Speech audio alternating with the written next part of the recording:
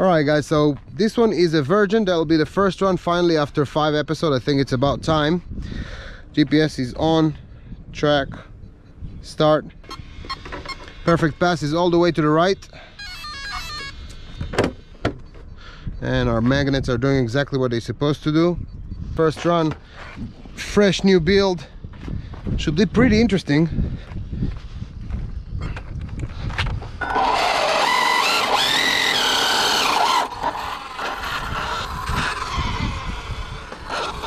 What's up guys, if you're new here and we're just meeting, welcome, we would love to have you. This is the grand finale of a 7 episode series that me and my subscribers pretty much built together. If you haven't followed and you would like to join us, part 1 is going to be over here.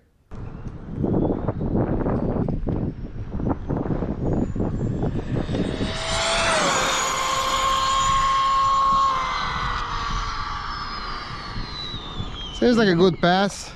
So it really depends on the batteries. We're expecting probably between the 130 and 140 mark. I hope that will be a good test for those batteries. Don't forget that those Gen Z's are, first for me, so I've never tried these.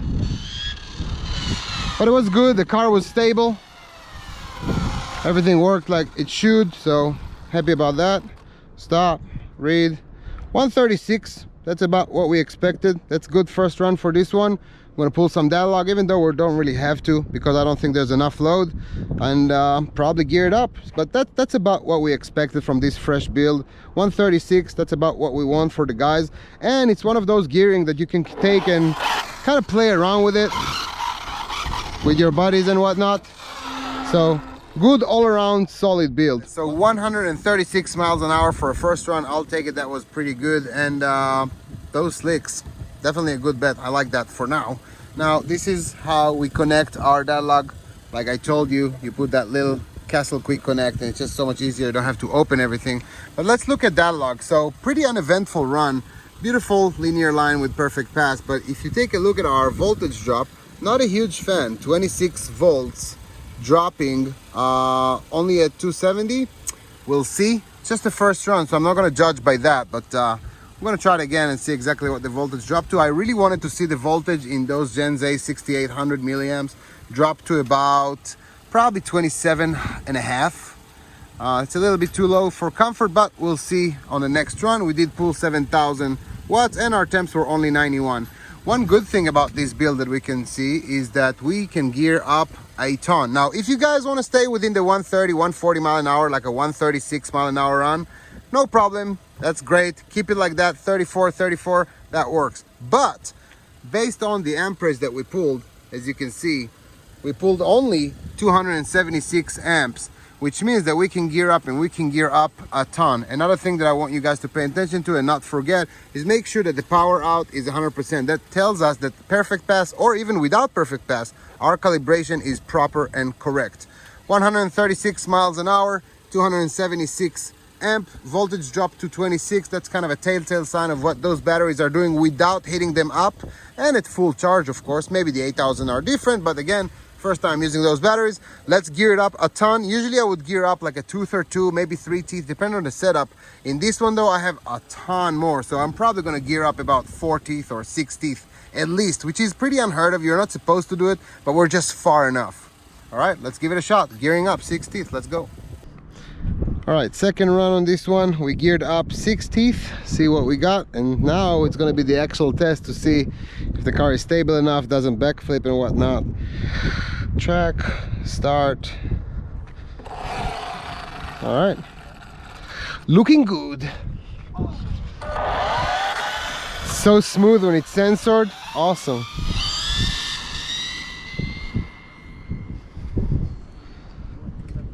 Let's turn around. Here we go.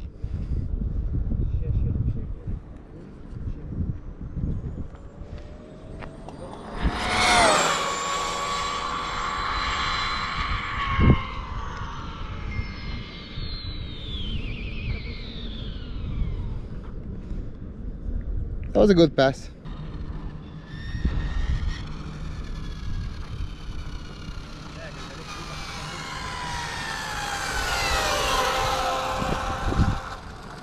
Stop, read, 148, not bad.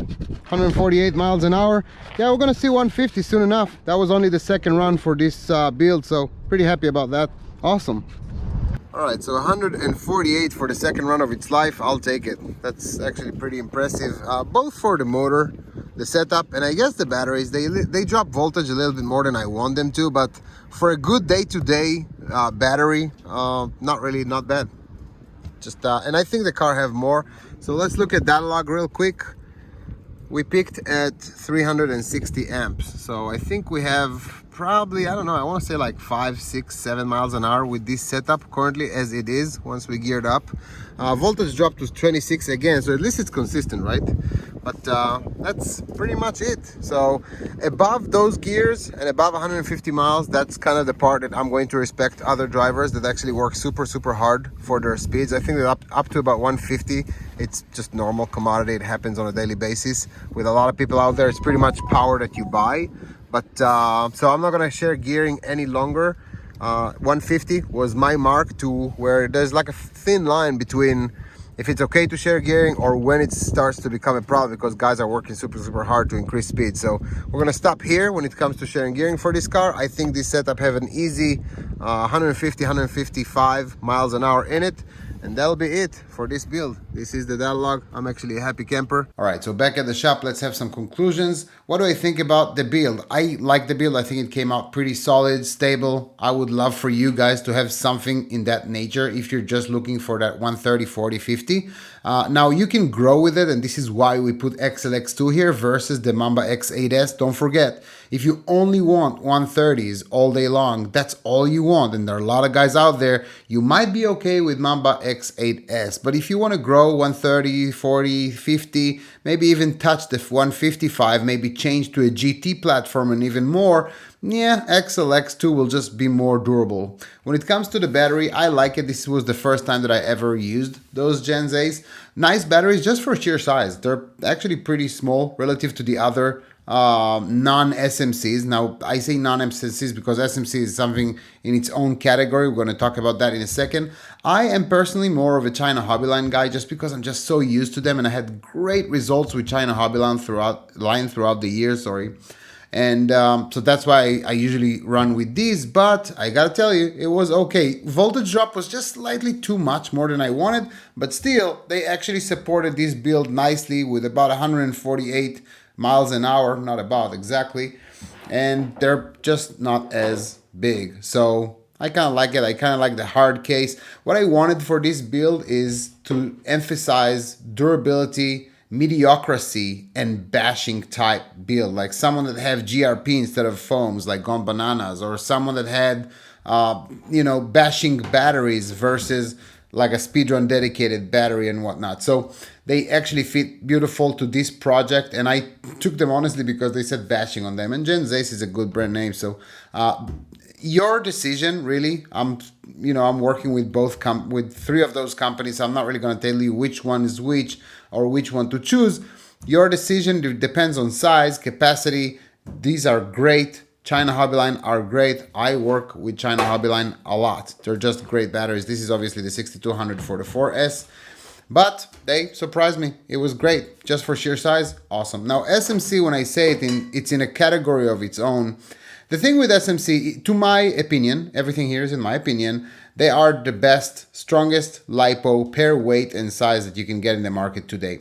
But it comes at a price. You have to be super sensitive about how you store them, how you treat them. You go for a run with an SMC, you run the car, you finish the run, you come back home, you have to put them around storage. You just have to. You cannot, they have to be climate controlled all the time when you store them. You can't, yes, they will give you the most amount of power, again, in my opinion, but you can't just leave them with humidity. So you can't just leave them outside for like 2-3 days and come back to them. While all those other cells and other compounds of lithium polymers, you can keep them outside, you can bash them, you can have a lot of humidity and water, and things will be okay. With the SMC, surely they will give you the most amount of power, but they will puff in minutes, literally, if you give them too much humidity. They really, well, not minutes, but you know what I mean. They don't like humidity at all. So it really depends on what you're trying to do.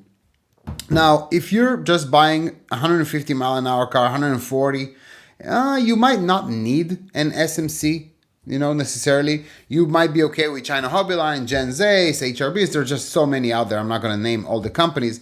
But if you're just speedrun dedicated and you need to crack that 160, 70, 80, whatever, I would go with SMC. Back in the days, Turnigy Graphene Panther used to be the Mac Daddy, but now this is what is leading for now. Turnigy Graphene Panther is still an awesome pack, by the way.